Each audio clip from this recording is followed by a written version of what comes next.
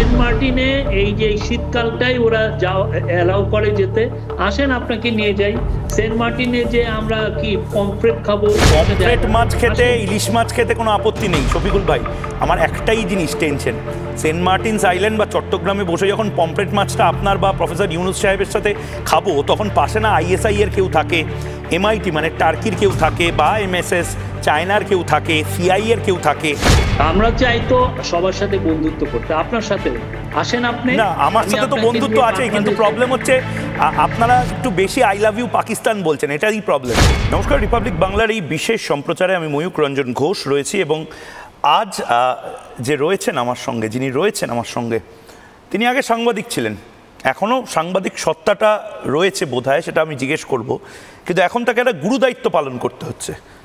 এখন তিনি মোহাম্মদ ইউনুস, প্রফেসর ইউনুসের প্রধান মুখপাত্র।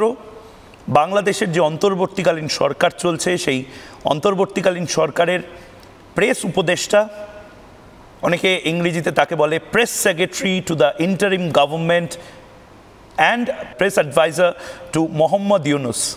অনেকটা নাম শফিকুল সাহেব, শফিকুল আলম এই মুহূর্তে রিপাবলিক বাংলায়, এত ডেজিগনেশন, নাম তো ছোট, ডেজিগনেশন বিশাল হয়ে গেছে। না না, ডেজিগনেশন একটাই, আমি press secretary to the chief adviser, that is my designation, nothing else. Muhammad ইউনুসের টিমের প্রধান ব্যাটসম্যান, ডেপুটি, মানে মোহাম্মদ ইউনুসের ডেপুটিও বলা যায়। এই যে ভারটা, এটা কি কাটার মুকুট, না এটা একটা সুন্দর গোলাপের সিংহাসন? না, এটা একটা opportunity to work with a, আমার মনে হয় যে বাংলাদেশের ফাইন্যান্স মাইন্ডের সাথে কাজ করার যে একটা সৌভাগ্য, আমি সেভাবে দেখছি, এবং আমি খুব গৌরবান্বিত যে আমি ওনার সাথে কাজ করতে পারছি। আচ্ছা, আমাকে একটা কথা বলুন শফিকুল সাহেব, মানে এই মুহূর্তে বাংলাদেশ যেভাবে চলছে সেটাতে আপনি নিজে হ্যাপি? মানে এত ক্রিটিসিজম, এত সমালোচনা, সারা দিন ধরে সমালোচনা। এই ক্রিটিসিজম তো আসছে ও পার থেকে, আমাদের এখানে তো সবাই happy. Bangladeshi economy made a massive comeback, export grow করছে, বাংলাদেশের কারেন্সি স্ট্যাবিলাইজ হয়েছে, ফুড ইনফ্লেশন গত বছর ছিল 14%, এবছর সেটা 7% এসে ঠেকেছে, তারপরে জব গ্রোথ হচ্ছে। আমরা তো, আর যেই প্ল্যান আমাদের ছিল এই গভর্নমেন্টের মেজর যেই তিনটা বড় কাজ, রিফর্ম, ইলেকশন এবং trial and accountability, justice and, প্রত্যেকটা কাজই তো খুব সুচারুভাবে সম্পন্ন হচ্ছে। ইউনুস সাহেব কেমন আছেন? ইউনুস সাহেব কেমন আছেন? উনি খুবই ভালো আছেন। উনি মানে অনেকটাই ভারমুক্ত, বিকজ যে কাজগুলো উনি নিয়েছিলেন করার জন্য সেগুলোর কাজ প্রায় সবগুলোই শেষ হয়ে গেছে।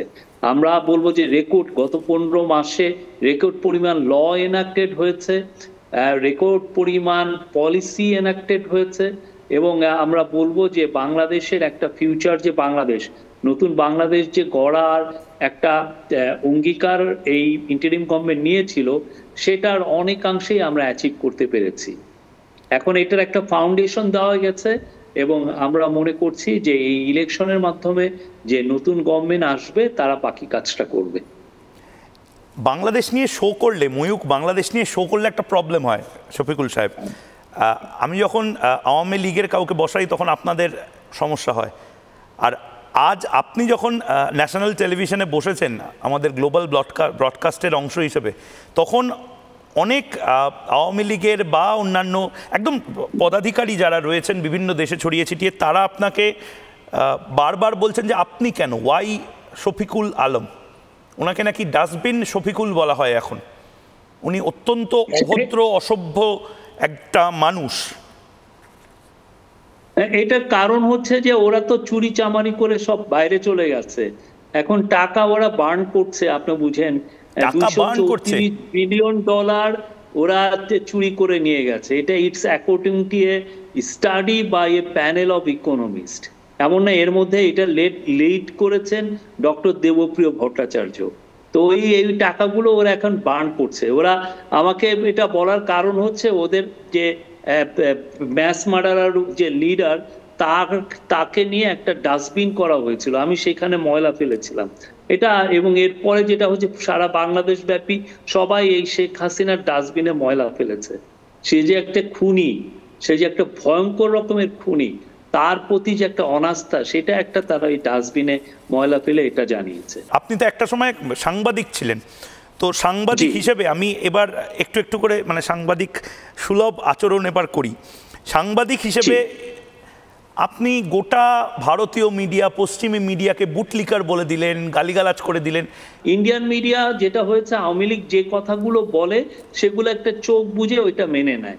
তো ফলে হচ্ছে যে আওয়ামী লীগের মানে ইন্ডিয়ান মিডিয়ার যে আচরণ, এটা খুবই আমাদের কাছে শকিং লাগে, যে তারা একটা বক্তব্য সে একটু ভেরিফাইও করে না, যে একটা আওয়ামী লীগের এই কথাটা বললো, এটা তো ভেরিফাই করতে হবে না। আওয়ামী লীগের কথায় কেন, আমাকে একটা কথা বলুন না, এই যে এই সবচেয়ে বেশি বিতর্ক যেটা নিয়ে হচ্ছে, আমি লাগাতার এটা নিয়ে নিজেও সরব হয়েছি, এই চট্টগ্রাম এটা আপনাদের দখলে আর নেই। গোটা পৃথিবীর যারা জিওপলিটিক্যাল এক্সপার্ট তারা বলছেন আপনারা বিদেশিদের বিক্রি করে দিয়েছেন।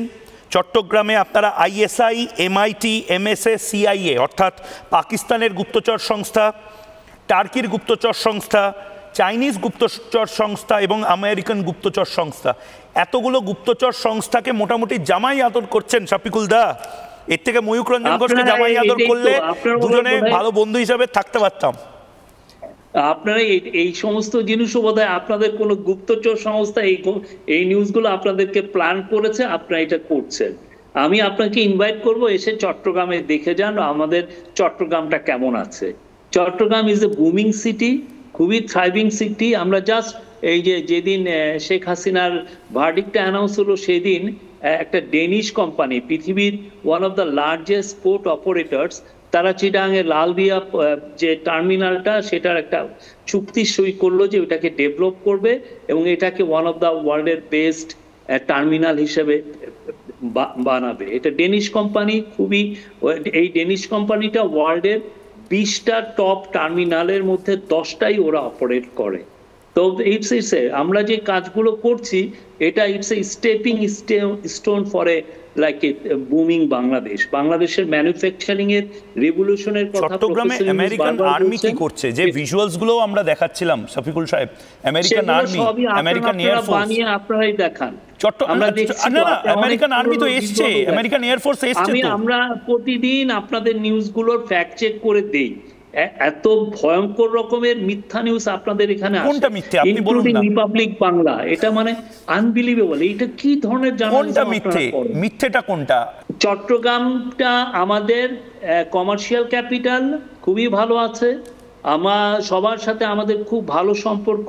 আপনারা এই সমস্ত গাঁজাখুরি গল্পগুলো কোথা থেকে পান আল্লাহই জানে। না না, আমি তো ছবি দেখাচ্ছি। আরে ময়ূকের সেনাবাহিনী তো ওখানে ড্রিল করছিল না, র্যাডিসন হোটেল চট্টগ্রামে, বিভিন্ন হোটেলে কেন মক ড্রিল হচ্ছে? এটা আমরা হতেই পারে, এটা কি এমন মক ড্রিল হচ্ছে? ঠিক মানে হচ্ছে তো, কিছু একটা হচ্ছে। কি হচ্ছে? আপনারা আপনাদের দেশে কি ড্রিলিং করেন না? আপনারা কি এই যে বাইরে? না না, আমরা আমেরিকানদের সাথে অকারণে কেন ড্রিলিং? ধরে নিন শিলিগুড়িতে মানে আমরা আমাদের যারা ফ্রেন্ড, আমরা সবার সাথে ড্রিল করব, এটা আমাদের একদম সভেরেন রাইট, আমরা যার সাথে ড্রিল করব। আচ্ছা আচ্ছা, আপনি কি পাকিস্তানে রিসেন্টলি ঘুরে এসেছেন বা যাওয়ার প্ল্যান আছে? আপনাদের উপদেষ্টারা যাচ্ছে কিন্তু। আমি ঘুরে আসি নাই, বাট আমি যখন এই গভর্নমেন্ট থেকে আমরা ফেব্রুয়ারি ইলেকশনের পরে কোন একটা সময় আমি পাকিস্তানে ঘোরার ইচ্ছা আছে, এটা 2-3 বছর পরে, এখন না। এটা নিয়ে আপনাদের মানে গায়ে চিরবির করছে না? পাকিস্তান পন্থী হয়ে যাচ্ছেন আপনারা? পাকিস্তান পন্থী হচ্ছি কোথায়? আমরা আমাদের পন্থী হচ্ছি। আমার যার সাথে ফ্রেন্ডশিপ করার দরকার হচ্ছে, আমরা সবার সাথে ফ্রেন্ডশিপ করছি।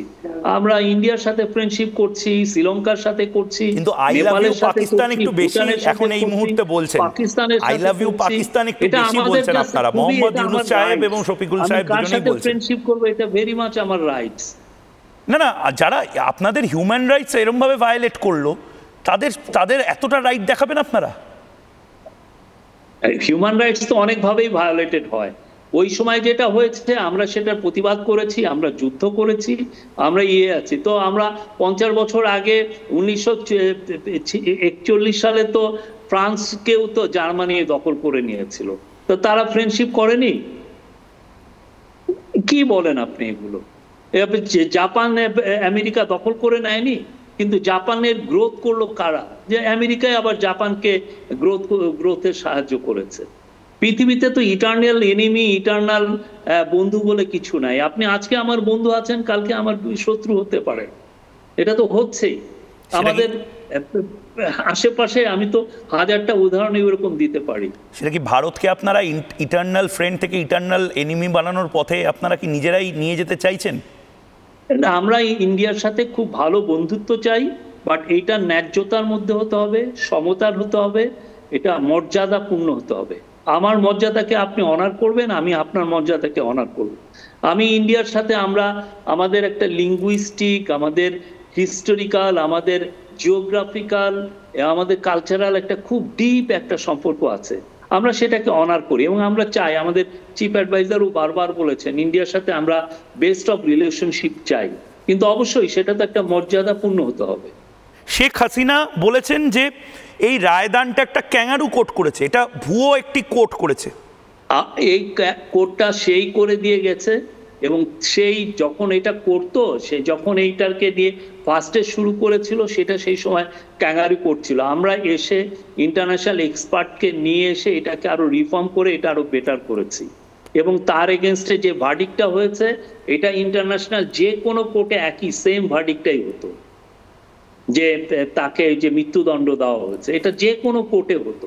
উনি অর্ডার দিচ্ছেন, বাচ্চা ছেলে মেয়ে রিয়া গো, তাকে হত্যা করার, মানে উনি হত্যা হয়েছে 6 বছরের মেয়ে, আব্দুল আহাদ সে 4 বছরের ছেলে, সে খুন হয়েছে।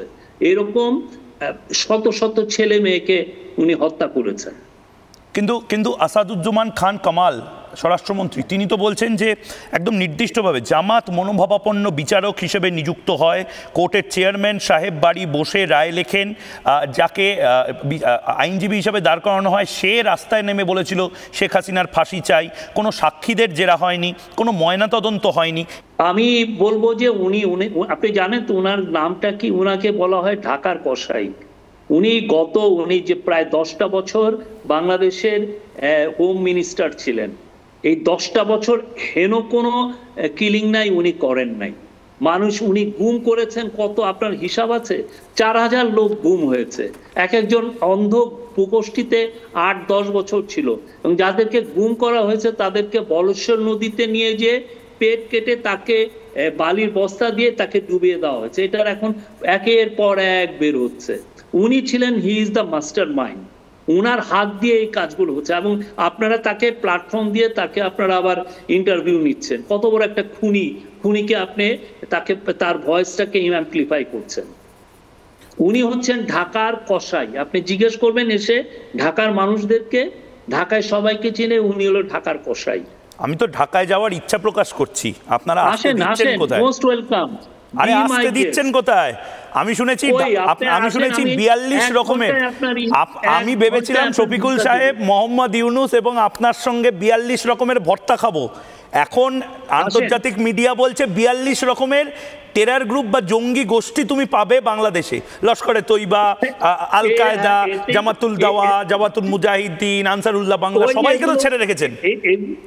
আওয়ামী লীগের যারা ওই যে পুলিশ লীগ ছিল, তারা এগুলো খুব রসায় এগুলা বানাতো, নিজেরাই বানাতো, যে কিভাবে জেএমবি, নিউ জেএমবি ছিল, কিন্তু এটাকে আবার নিউ জেএমবি বানিয়েছে, আবার কি জামাতুত সার্কিয়া অনেক বানিয়েছে।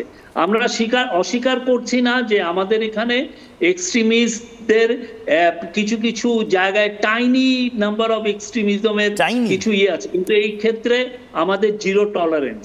আচ্ছা, লস্করে তৈবা নেই আপনি বলছেন বাংলাদেশে? কেন থাকবে? আমরা কি আমাদের দেশে কোনো এক্সট্রিমিজমের মিনিমামও যদি প্রেজেন্স থাকলে সেই ক্ষেত্রে আমরা গভর্নমেন্ট ভিজিল্যান্ট আছে, এই ক্ষেত্রে আমাদের জিরো টলারেন্স। শফিকুল সাহেব, আমি জানি না আপনারা কিভাবে এটা রিয়্যাক্ট করবেন, কিন্তু শেখ হাসিনা নামটা ভাইরাল। শেখ হাসিনা কিছু বলছেন মানে সেটা ভয়ঙ্কর ভাইরাল হয়। শেখ হাসিনা মিথ্যা কথা বলছে, আপনারা তো সত্যি কথা বলছেন, প্রফেসর ইউনুস সত্যি কথা বলছে ধরে নিলাম। সত্যিটা কি? অবশ্যই American deep state, Bill Clinton foundation, George Soros, তাদের কোনো ভূমিকা নেই তার মানে বলছেন আপনারা? কেন? এখানে millions of people, millions of young meticulous ডিজাইনটা কি? মেটিকুলাস ডিজাইনটা হচ্ছে পুরো বাংলাদেশের লাখ লাখ ছেলে মেয়ে তারা নেমে হাসিনাকে বলেছে এনাফ ইজ এনাফ, তাকে একদম ঘাড় ধরে নামিয়ে ফেলেছে। এটা একটা স্কুল না, একটা বিশ্ববিদ্যালয় না, বাংলাদেশের প্রত্যেকটা ইউনিভার্সিটি, বাংলাদেশের প্রত্যেকটা কলেজ, বাংলাদেশের প্রত্যেকটা টেকনিক্যাল ইউনিভার্সিটি, বাংলাদেশের প্রত্যেকটা পলিটেকনিক, বাংলাদেশের প্রত্যেকটা মেডিকেল কলেজ, বাংলাদেশের প্রত্যেকটা শহর, এমন কোন জায়গায় নাই যে তার এগেইনস্টে আন্দোলন হয়নি। তাদের ফান্ডিং কারা করলো? এটা এত সর্বব্যাপী। তাদের আরে দাদা, একটা বিরিয়ানির প্যাকেট, একটা জলের বোতল দেওয়ার জন্য যে পরিমাণ টাকার দরকার হয় সেটা তো একজন নর্মাল ছাত্রছাত্রীর কাছে থাকে না। এটা হচ্ছে আপনি যে কথাটা বললেন, এটা হচ্ছে মানুষ টাকা দিয়ে আপনি রক্ত কিনতে পারবেন না, মানুষ বুক চেতিয়ে রক্ত দেয় না। এগুলো যারা বলে এরা হচ্ছে ওই ধরনের ছিল। আর উনি আসলে এই কাজগুলো তো উনি করেছেন, উনি সারা জীবন আর একটা দেশের মদতপুষ্ট হয়ে এই কথাগুলো বলেন।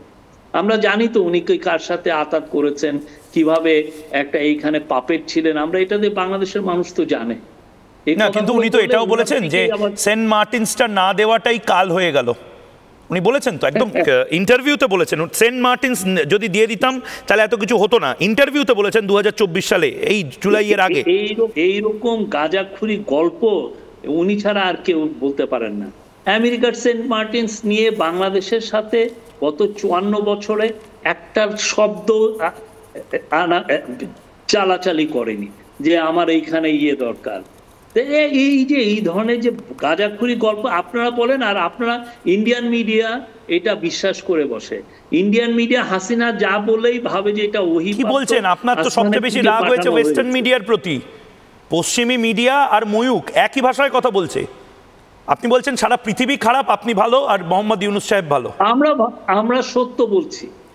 আপনি এই জন্য আসেন, এসে দেখেন। আপনি যদি কোনো ডিপ্লোম্যাট বাংলাদেশে যারা আছে, যারা ইউএসএ বাংলাদেশের অ্যাম্বাসাডার ছিল বা বাংলাদেশের ইউএস ডেস্কটা দেখেছে গত 50-54 বছর, কেউ যদি আপনার এই কথাটা বলে, এটা হচ্ছে হাসিনার এগুলো নিজে নিজে বানান, নিজে নিজে মিথ্যা কথা বলেন, নিজে নিজে ওটা বিশ্বাস করেন। আর উনি দেখেন যে ইন্ডিয়ান মিডিয়াগুলো এগুলো বলে খুব খায়, তো ইন্ডিয়ান মিডিয়াগুলোকে এগুলো বলেন। আচ্ছা, আপনি বারবার আমাকে বলছেন, আমাকে বাংলাদেশে যেতে, ঢাকায় যেতে। আমি আসবো, কিন্তু আসার পরে আমার যদি ইচ্ছা করে ধানমন্ডিতে যেতে, 32 নম্বর ধানমন্ডি, সেটা তো আপনারা যা অবস্থা করে দিয়েছেন। আমার যদি এখন ইচ্ছা করে রাজু ভাস্কর্যের সামনে যেতে, আপনারা তো যেভাবে ভেঙে চুরে একাকার করেছেন, আমার যদি ইচ্ছা করে ইস্টার্ন কমান্ড ইন্ডিয়ান আর্মির যে ভূমিকা ছিল সেই ভূমিকাটা দেখার জন্য যে মিউজিয়াম, সেই মিউজিয়ামে যেতে, ইন্দিরা গান্ধীর যে ফাউন্ডেশন সেটাই যেতে, 71-এর কিছু সিনেমা বা বই পড়তে, সেগুলো তো সব জ্বালিয়ে পুড়িয়ে একাকার করে রেখেছেন। আপনারা তো রিস্টোরও করছেন না এগুলো। মুক্তিযুদ্ধের মিউজিয়ামও আছে, রাজু ভাস্কর্যও আছে, আর 32 যে ভাঙচুর হয়েছে এটার কারণটাও হচ্ছে হাসিনা। কি বলছেন? 32 নম্বর ধানমন্ডি ভাঙচুর হয়েছে, পুলিশ দাঁড়িয়ে দাঁড়িয়ে দেখেছে। 32 নম্বর ধানমন্ডি ভাঙচুরের সময় চিৎকার করে ওখানকার কিছু দুষ্কৃতী, কিছু ছেলে মেয়ে, তারা চিৎকার করে বলছে ময়ূক দেখে যা, 32 ধানমন্ডি আর নাই। উল্লাস হয়েছে। 32টা যারা ভেঙেছে তাদের পুরো অ্যাঙ্গারটা ছিল হাসিনার প্রতি। হাসিনা তাদের ছেলে মেয়েদেরকে খুন করেছে, হাসিনা তাদের পা জখম করেছে, তাদের হাত কেটে দিয়েছে, তাদেরকে ভাই বোনদেরকে গুম করেছে, 4000-এর মতো লোক গুম হয়েছে। বিএনপির 60 লক্ষ লোকের এগেনস্টে কেস হয়েছে। আপনি বাংলাদেশের এমন কোনো গ্রাম পাবেন না, বাংলাদেশের 90,000 গ্রাম আছে, এমন কোন গ্রাম পাবেন না যেখানে বিএনপি আর জামাতের লোকগুলোকে জেল খাটে নেই এই হাসিনার এই ফেক কেসের কারণে। না, কিন্তু যাদেরকে, যে সন্ত্রাসবাদীরা জেলে ছিল শফিকুল সাহেব, তাদেরকে তো আপনারা বের করে দিয়েছেন। টাইমস পর্যন্ত রিপোর্ট করেছে এটা। একদম আমরা এটা, আপনি এসেন, ওরা একদম পুরো যে লিগাল দলিলগুলো ওদের হেডকোয়ার্টারে রেখে দিয়েছে, আপনি দেখবেন। কোন দেশের 60 লক্ষ মানে বুঝেন আপনি, একটা দেশের মেল পপুলেশনের প্রায় 10% লোককে সে কেস দিয়ে রেখেছে। কি ভয়াবহ! আপনারা এটা চোখে আপনারা দেখেননি সে যে কি ভয়াবহ একটা ডিক্টেটরশিপ অটোক্রেসি চালিয়েছে, আর এখন এসে তাকে যেই ফাঁসি দেওয়া হচ্ছে সেটা দিয়ে ইন্ডিয়ান মিডিয়া মায়া কান্না কাঁদছে। না না, মায়া কান্নার কিছু নেই। আমি শুধু একটাই কথা বলছি, যদি এতই খারাপ, এতই ভিলেন হয় আওয়ামী লীগ বা শেখ হাসিনা, এতই পচা, এতই অখাদ্য হয়, বিধিকিচ্ছিরি হয়, তাহলে তাদেরকে তো সবচেয়ে ভালো হচ্ছে মানুষের সামনে অপদস্থ করা। তাদেরকে আপনারা ব্যান করে রেখেছেন কেন? যে জিনিস নিষিদ্ধ হয় সেই জিনিসের তো দাম বেড়ে যায়। আপনারা আওয়ামী লীগকে নিষিদ্ধ করে তার দাম বাড়িয়ে দিয়েছেন।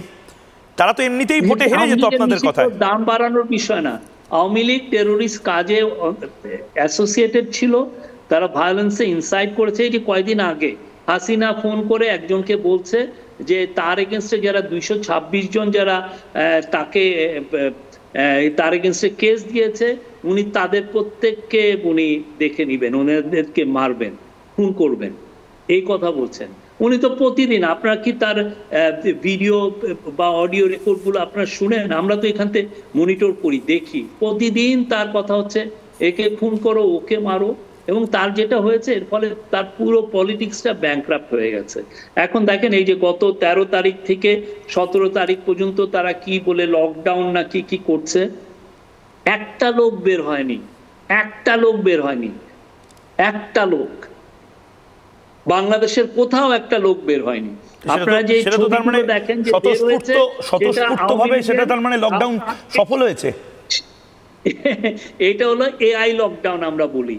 এআই এর মাধ্যমে ওরা সোশ্যাল মিডিয়াতে, ফেসবুকে লকডাউন করে, সেটার ছবি বানায়, এটা আবার আপনাদেরকে বিক্রি করে। আমি বলি এখানে আসেন, রিপাবলিক টিভিকে বলেন বাংলাদেশে ওরা জন্য একটা ব্যুরো অফিস খুলে দেখুক বাংলাদেশে কি হয়েছে।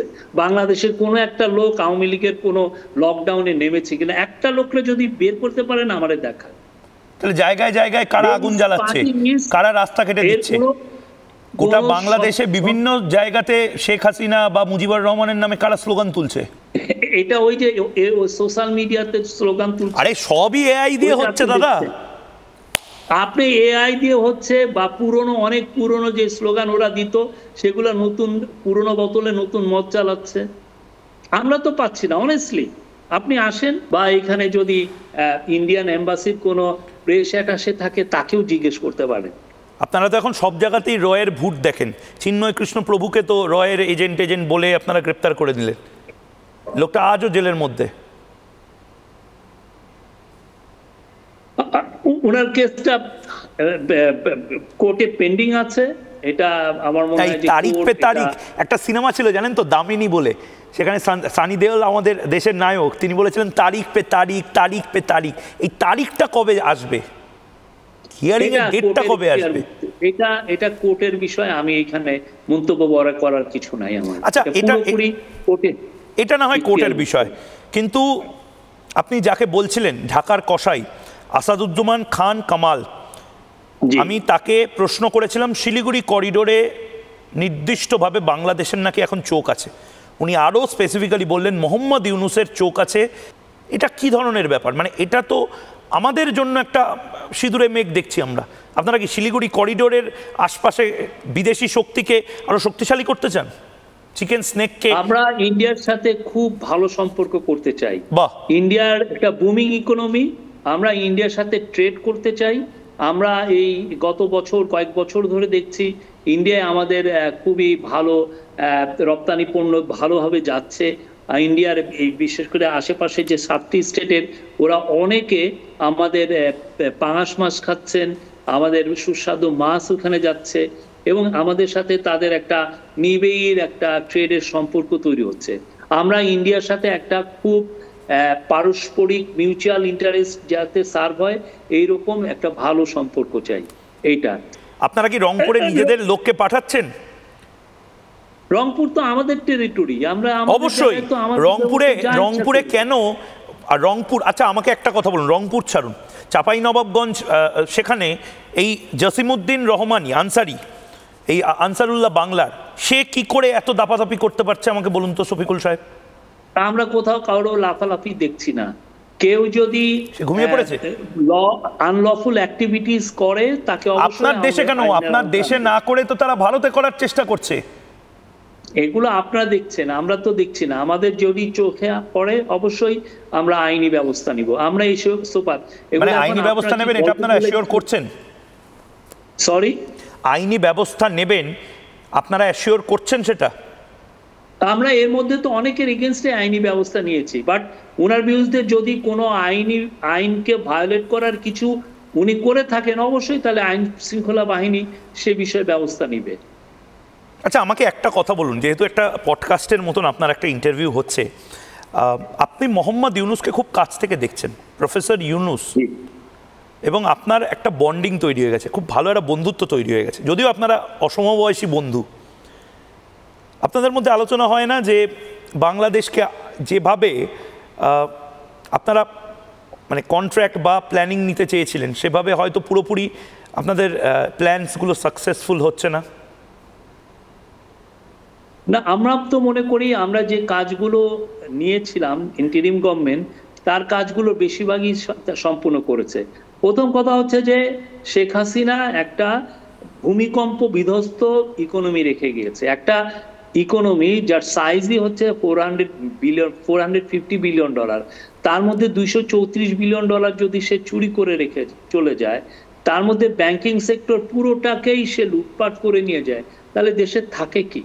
সেই জায়গায় উনি যেই প্রোগ্রাম নিয়েছিলেন যে ইকোনমিক রিকভারির, একটা রোবাস্ট রিকভারি হয়েছে। এবং ওয়ার্ল্ড ব্যাংক, আপনি যে গত মাসে ওয়ার্ল্ড ব্যাংকের প্রতিবেদনে বলা হচ্ছে যে শেখ হাসিনার আমলের শেষের দিকে বাংলাদেশের পোভার্টি রেট খুব এক্সিলারেট করছিল, খারাপ হচ্ছিল।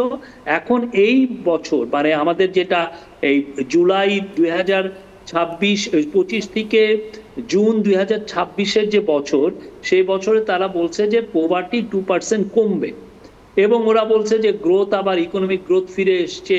ইকোনমিক গ্রোথ এই বছর 4%, 5% হবে, এবং আগামী বছর যে এক্সিলারেট করে এটা 6% হবে। আমাদের দেশে কেউ ইনভেস্টমেন্ট করতে আসতো না, আমরা দেখিয়েছি যে প্রথম বছরে 19% ইনভেস্টমেন্ট গ্রোথ হয়েছে।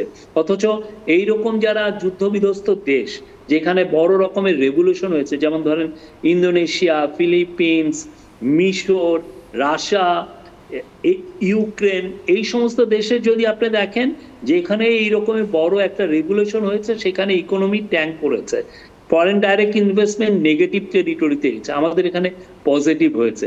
উনি এগুলো আপনার দেশের মানুষ বুঝতে পারছে। রিফর্ম করবেন, আপনারা বড় বড় সংখ্যা, বড় বড় ওয়ার্ড ইউজ করে বাংলাদেশের মানুষকে ভুল বোঝাচ্ছেন না তো? কি বাংলাদেশের মানুষকে বিগ জার্গন, বিগ ওয়ার্ড, বড় বড় সংখ্যা, এগুলো দিয়ে আসল সত্যিটা থেকে মুখ ফিরিয়ে নিতে বলছেন না তো? এইটা আমরা তো হাসিনার মতো বললাম না যে তাহাজ্জুদের নামাজ পড়ে মিথ্যা কথা বলি না। আমাদের যা প্রত্যেকটা স্ট্যাটিস্টিক্স আপনি ওয়ার্ল্ড ব্যাংকের কাছ থেকে ভেরিফাই করে নিয়েন যে আমরা ভুল বলছি কিনা, IMF এর কাছ থেকে ভেরিফাই করে নিয়েন। যারা মুডিস, যারা রেটিং এজেন্সি আছে, মুডিস বলেন, স্ট্যান্ডার্ড অ্যান্ড পুয়ার বলেন, তাদের কাছ থেকে আপনি একটু দেখে নিয়েন, যে ভেরিফাই করে নিয়েন যে আমরা একটা স্ট্যাটিস্টিক্স আমরা ম্যানিপুলেট করছি কিনা। স্ট্যাটিস্টিক্যাল ম্যানিপুলেশন ছিল হাসিনার একটা বড় জিনিস। ওই সময় ইভেন দেশের যে main statistical agency Bangladesh bureau of statistics, তার কোনো মিনিমাম ইন্ডিপেন্ডেন্স ছিল না। আমরা এসে এই গভর্নমেন্ট এসে ব্যুরো অফ স্ট্যাটিস্টিক্সকে ফুল অটোনমি দিয়ে দিয়েছে, they can report on anything. আমরা কোথাও কোনো ম্যানিপুলেট করছি না। আপনি এটা হাসিনার মতো বাংলাদেশের প্রত্যেকটা জায়গায় এমন কোন জায়গায় নাই যিনি উনি দূষিত করে রেখে যান নাই, এমন কোন। সে ন্যাশনাল প্রফেসর ইউনুস এটা নিজে থেকে কেন বলছেন না? প্রফেসর ইউনুস তো আমাকে একটা ইন্টারভিউ দিতে পারেন, আপনি যেভাবে বলছেন গোটা ভারতীয় মিডিয়াকে ইন্টারভিউতে বলতে পারেন এই কথাগুলোই। উনি এক সময় দিয়েছেন, উনি এখন ইলেকশনে ব্যস্ত। ইলেকশনটা করার পরে উনি আবার অনেককে ইন্টারভিউ দিবেন। বাট 20 মিনিটের ইন্টারভিউতে এই কথাগুলো বলতে তো কোনো কিছু বিশাল মানে টাইম ওয়েস্ট হবে না। সরি, 20 মিনিটসের 20 মিনিটের একটা ইন্টারভিউতে উনি কি একটু আনকমফোর্টেবল ফিল করেন, মানে হার্ড কোয়েশ্চেন্স বা কঠিন প্রশ্ন নিতে? ওনার বিরুদ্ধে অভিযোগ ওঠে, উনি এরকম ইন্টারভিউ নিয়ে দিয়েছেন। ওনার যেটা হচ্ছে যে ওনার ফোকাসটা এখন ইলেকশনে। আমরা ইলেকশনের জন্য জোর প্রস্তুতি নিচ্ছি। আমাদের ইলেকশন ফেব্রুয়ারির প্রথমার্ধেই হবে, ফেব্রুয়ারির 15 তারিখের মধ্যে হবে। পলিটিক্যাল পার্টিগুলো তাদের নমিনেশন, বিশেষ করে বিএনপি অলরেডি অ্যানাউন্স করেছে, জামাত করবে, ছোট ছোট পার্টিগুলো করছে, এনসিপি তাদের নমিনেশন ফর্ম বিক্রি করছে। আমাদের দেশে একটা উৎসব মুখর পরিবেশে ইলেকশনের র্যালি হচ্ছে সারা বাংলাদেশে। আওয়ামী লীগকে তো আমরা দেখছি না, সত্যিকার অর্থে। আপনি বলছেন আওয়ামী লীগকে তো ব্যান করে দিয়েছেন, আওয়ামী লীগকে তো নমিনেশন ফিল আপ করার জায়গাতেই রাখতে দেননি আপনারা। আপনি টেররিস্ট অ্যাক্টিভিটিস করবেন, আপনি মানুষকে খুন করবেন, জামাত টেররিস্ট অ্যাক্টিভিটিস করেনি, ককটেল মারবেন, আপনি মানুষকে টেরোরাইজ করবেন, আপনাকে তারপরে বাসের পর বাস পুরাবেন, আপনাকে কে পলিটিক্যালি আপনাকে না, জামাত কি টেরর অ্যাক্টিভিটি করেনি? বিএনপি কি টেরর অ্যাক্টিভিটি করেনি? শুনেন প্লিজ। মোহাম্মদ ইউনূস এবং আপনাদের প্ল্যানটা কি? ভারত বিরোধিতা কি কোনোভাবে এই প্ল্যানের অংশ? আমি তো বলছি যে আমাদের চিফ অ্যাডভাইজার বারবার বলছেন ইন্ডিয়া আমাদের সারা জীবনের আমাদের নেইবার। আমাদের জন্মের পরে জন্ম, নতুন নতুন জেনারেশন আসবে, ইন্ডিয়ার জায়গায় থাকবে আমার সে চির নেইবার থাকবে। উনি বলেছেন যে বাংলাদেশের ম্যাপ আঁকতে, ইন্ডিয়ার ম্যাপ আঁকতে হলে বাংলাদেশের উপরের ম্যাপটাও আপনার আঁকতে হবে, বিকজ আমরা যেইভাবে অঙ্গাঙ্গিভাবে জড়িত। আপনাদের মধ্যে থেকেই তো অনেকে আবার এখন লাফালাফি করছে গ্রেটার বাংলাদেশের ম্যাপের জন্য, এটাও একটু দেখুন। এগুলো এই যে আপনারা যে অনেক গাঁজাখুরি গল্প, আরে দাদা ছবি দেখাচ্ছি তো আমরা, কি বলছেন? গ্রেটার বাংলাদেশের ম্যাপ আপনাদের বিভিন্ন ইউনিভার্সিটিতে স্বপ্ন দেখছে লোকে।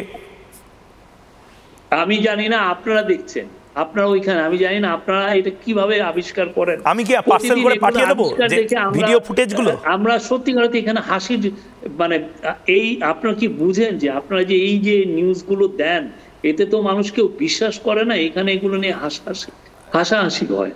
হ্যাঁ, সেটা আপনারা যে প্রতিদিন জবাব চায় বাংলা রেকর্ড করে আপনারা যে অ্যানালিসিস করছেন সেটা ভালো কথা, কিন্তু জবাব চায় বাংলাতে যে প্রশ্নগুলো করছি সেই প্রশ্নের উত্তরগুলোও তো দিন আপনি এবং প্রফেসর ইউনূস। কোনটা? আপনার তো সবগুলো প্রশ্নেরই তো উত্তর দিলাম। এই যে আমি লাগাতার জবাব চায় বাংলা করে গেলাম, যেখানে আমরা লাগাতার বলছি যে চিকেন নেক বা শিলিগুড়ি করিডোর ভালনারেবল জায়গায় আছে, 42টা জঙ্গি ঘাঁটি আপনাদের বিভিন্ন মানচিত্রের মধ্যে বিভিন্ন জায়গায় ছড়িয়ে ছিটিয়ে আছে। প্রফেসর ইউনূসকে আপনি বলছেন না কেন, বা আপনারা দুজনেই রাত 8টায় টিভিতে দেখতে দেখতে এটা নিয়ে উত্তর দিচ্ছেন না কেন? এগুলো তো বানোয়াট, এটাও বানোয়াট আপনারা বলেন। এগুলো বলতে আপনাদের আমার মনে হয় ভালো লাগে। অনেক সময় আমার এক বন্ধু ছিল, সে মিথ্যা কথা বলতে খুব পছন্দ করতো, একদম স্টেট, এবং আমরাও ওর মিথ্যাটা শুনতে খারাপ লাগতো না। অনেক আমরা এখানে বলি চাপাবাজি। হ্যাঁ না, কেউ যদি চাপাবাজি করে এগুলো, এটার উত্তরটা কি? আমরা তো উত্তরও খুঁজে পাই না যে এটার উত্তরটা আমি কি দিব। মানে আমি তো এখনো বলছি এখানে 100টা ক্যাম্প আছে, 200টা ক্যাম্প, এগুলো তো আরে দাদা আনসারুল্লাহ বাংলা আছে তো, ওটা তো টেরর অর্গানাইজেশন। আমরা বলছি বাংলাদেশে এক্সট্রিমিজম যদি কিছু থেকে থাকে সেই বিষয়ে আমরা অ্যালার্ট আছি, এই বিষয়ে আমাদের জিরো টলারেন্স আছে। এইখানে আমাদের গত 15 মাসে আপনারা দেখেছেন কোনো ধরনের কেউ বলতে পারবে না যে কোনো রকমের কিছু হয়েছে। আর হাসিনার আমলে তো আমরা দেখেছি টেরোরিজম ছিল, বাট হাসিনা আরো একটু বেশি বাড়িয়ে বলতো, এগুলো দিয়ে ইন্টারন্যাশনাল সিম্প্যাথি নিত, এগুলো দিয়ে ইন্টারন্যাশনাল তার লেজিটিমেসি আনতে চেত যে না আমাকে সাপোর্ট করো, আমি থাকলে। না, কিন্তু আপনাদের সময় তো মৌলবাদীদের দাপাদাপি বাংলাদেশে বেড়েছে। কার সময়? আপনাদের সময়, প্রফেসর ইউনূস এবং শফিকুল ভাইয়ের সময়। হত্যা হয়েছে আমাদের সময়? কোন সেকুলার অ্যাক্টিভিস্ট হত্যা হয়েছে আমাদের সময়? কোন LGBTQ রাইটস অ্যাক্টিভিস্ট হত্যা হয়েছে? হিন্দুদের বাড়িকে বাড়ি জ্বলছে, হলিউডিজান অ্যাটাক হয়েছে, হিন্দুদের বাড়ি জ্বলছে, হিন্দুদের বাড়ি জ্বলছে। সেটা আমরা এই বিষয়ে স্পষ্ট আপনাদেরকে জানিয়েছি কি হয়েছে। যেটা হয়েছে যে ম্যাসিভ আকারে এক্সাজারেটেড ইনফরমেশন গিয়েছে, এটাও, এবং যেটার আমরা ডিবাঙ্ক করেছি, বারবার ডিবাঙ্ক করেছি। দুইটা বড় পূজা গেল, দুর্গা পূজা। আপনি জিজ্ঞেস করেন বাংলাদেশের হিন্দু কমিউনিটি কখন তারা এত সুন্দরভাবে পূজা হতে দেখেছে? মিলিটারি শাসনে, মিলিটারি সামনে আর পুজো করছে, এটা আবার কি ধরনের ধর্মনিরপেক্ষতা? আমি বলবো আপনি এই জন্য আমি বলি বাংলাদেশে যারা হিন্দু কমিউনিটি লিডার আছে তাদেরকে জিজ্ঞেস করেন পূজাটা কত উৎসব মুখর হয়েছে। জাস্ট জিজ্ঞেস করেন। গোবিন্দবাবু আছেন, গোবিন্দবাবুকে জিজ্ঞেস করেন। ওনারা আমাদের এখানে তো অনেকেই আছেন, জিজ্ঞেস করেন, আমরা তো কাউকে মানা করছি না যে না ওনার সাথে কথা বলবেন না, আপনারা যাকে ইচ্ছা ফোন করে যে এখানে যারা পুরোহিত আছেন তাদেরকে জিজ্ঞেস করেন, এখানে ইসকনের লিডাররা আছে তাদেরকে জিজ্ঞেস করেন তারা কতটা ভালোভাবে তাদের পূজা অর্চনা করতে পারছে কিনা। আমার শেষ প্রশ্ন আপনাকে, বিজয় দিবসটা আপনারা কি এবার তুলে দিতে চান মোটামুটি একটু একটু করে? প্যারেডটাও তো বন্ধ করিয়ে দিচ্ছেন, মানে আপনারা ৭১-এর কোনো স্মৃতি রাখবেন না, তাই তো? আমরা ৭১-এর কোন স্মৃতিটা বিজয় দিবসের প্যারেড হচ্ছে না তো? প্রফেসর ইউনূস বলেছেন ৭১ আমাদের হার্ডওয়্যার আর এই ২৪ হচ্ছে আমাদের সফটওয়্যার। এইগুলো আপনারা ওই যে আপনারা ওগুলো বললাম না, আপনারা ওগুলো বানাচ্ছেন। আমি এত কিছু বানাচ্ছি, আমার নাম তো ময়ূকের থেকে ম্যানুফ্যাকচারার রঞ্জন ঘোষ হয়ে যাবে দাদা, এত জিনিস বানাচ্ছি আমি। আমি আপনার জন্য আমরা একটা রিপাবলিক বাংলার জন্য আমরা আমাদের একটা ডেডিকেটেড ফ্যাক্ট চেকার টিম আছে। আচ্ছা, আমি বলতে পারি আপনারা হচ্ছেন একটা leading source of miss information. আচ্ছা, সত্য কথা। আপনাদের আমার মনে হয় আপনারা খুব কম জার্নালিস্ট দিয়ে আপনারা রিপোর্ট করেন, আপনারা যে রিপোর্টটা করেন একটু ফ্যাক্ট চেক করে নিন। কিন্তু মোহাম্মদ ইউনূস এবং শফিকুল ভাইয়ের জন্য টেনশনেরও কারণ হচ্ছে এই মুহূর্তে। না, কোনো টেনশন নাই আমাদের, একটু হচ্ছে। আমরা একটা সুন্দর ইলেকশন দেখতে যাচ্ছি, দেশ উৎসব মুখর আছে। তাহলে আসেন, তাহলে এত বানিয়ে বানিয়ে আমি যখন খবর করছি সেগুলোর আপনারা প্রতিবাদ কেন করছেন এবং তার পাশাপাশি কেন রিঅ্যাক্ট করছেন? আপনারা ইগনোর করতে পারেন তো। আমি আপনাকে নিয়ে আমি গ্রামে যাব, আমাদের এখানে রাজবাড়ি একটা জায়গা আছে, সেখানে ২৯টা গ্রাম একসাথে। সেন্ট মার্টিনসে নিয়ে যাবেন? সেন্ট মার্টিনসে নিয়ে যাবেন, ফেনীতে নিয়ে যাবেন, চট্টগ্রামে নিয়ে যেতে পারবেন? সেন্ট মার্টিনে এই যে শীতকালটাই ওরা অ্যালাউ করে যেতে, আসেন আপনাকে নিয়ে যাই। সেন্ট মার্টিনে যে আমরা কি পমফ্রেট খাবো, তারপরে ওইখানের সেন্ট মার্টিন আমরা যেই এনভায়রনমেন্টাল যেগুলো মেজার নিয়েছি, সেন্ট মার্টিন তার প্রাণ ও প্রকৃতি ফিরে এসছে। আমার পমফ্রেট মাছ খেতে, ইলিশ মাছ খেতে কোনো আপত্তি নেই শফিকুল ভাই, আমার একটাই জিনিস টেনশন, সেন্ট মার্টিনস আইল্যান্ড বা চট্টগ্রামে বসে যখন পমফ্রেট মাছটা আপনার বা প্রফেসর ইউনূস সাহেবের সাথে খাবো, তখন পাশে না আইএসআই এর কেউ থাকে, এমআইটি মানে টার্কির কেউ থাকে, বা এমএসএস চায়নার কেউ থাকে, সিআই এর কেউ থাকে, আমার দেশের প্রধানমন্ত্রীকে হয়তো হত্যার ছক কষছে কেউ, পমফ্রেট মাছ খেতে খেতে প্রফেসর ইউনূস, ময়ূক, শফিকুল ভাইয়ের সাথে। আইএসআই সিআই আনছেন, রও তো থাকতে পারে, আরে ডাব্লিউ থাকতে পারে না। তো এগুলো আপনারা ওই যে বললাম না, আপনার ইমাজিনেশনে আপনারা অনেক কিছু হবেন। যাক, আপনার একটা সৃজনশীল বন্ধু এপার বাংলায় বা এপার ভারতে রয়েছে, এটা ভেবেও আপনার আনন্দ পাওয়ার কথা। আমরা চাই তো সবার সাথে বন্ধুত্ব করতে, আপনার সাথেও আসেন আপনি। না, আমার সাথে তো বন্ধুত্ব আছে, কিন্তু প্রবলেম হচ্ছে আপনারা একটু বেশি আই লাভ ইউ পাকিস্তান বলছেন, এটাই problem. I love you Pakistan বাংলাদেশিরা কেন বলবে, যাদের সাথে এত ভয়ঙ্কর কাজ করা হলো? আমরা সবার সাথে বন্ধুত্ব চাই, আমরা আই লাভ ইউ পাকিস্তানও বলি, আই লাভ ইউ ইন্ডিয়া বলি, আই লাভ ইউ শ্রীলঙ্কা বলি, আমরা সবার সাথে ভালো সম্পর্ক চাই। এরপরে যদি একই সময় সবার সাথে ভালোবাসা করা যায় না শফিকুল সাহেব, আপনি কবি, আপনি সাহিত্যিক, একই সময় অনেকজনকে আই লাভ ইউ বলা যায় না, এটা গভীর একটা কথা। এটা তো হিউম্যান রিলেশনশিপ না, এটা হচ্ছে কান্ট্রি টু কান্ট্রি রিলেশনশিপ, সবার সাথেই যায়। বেশ, আমরা সবার সাথে বন্ধুত্ব চাই, আমরা চায়নাও আমাদের বন্ধু, আমাদের আমেরিকাও আমাদের বন্ধু, ইন্ডিয়াও আমাদের বন্ধু, পাকিস্তানও আমাদের বন্ধু। বেশ বেশ, এটা আপনার স্ট্যান্ড পয়েন্ট আমি গ্রহণ করলাম। এটা এই মুহূর্তের ১ নম্বর ট্রেন্ডিং শো।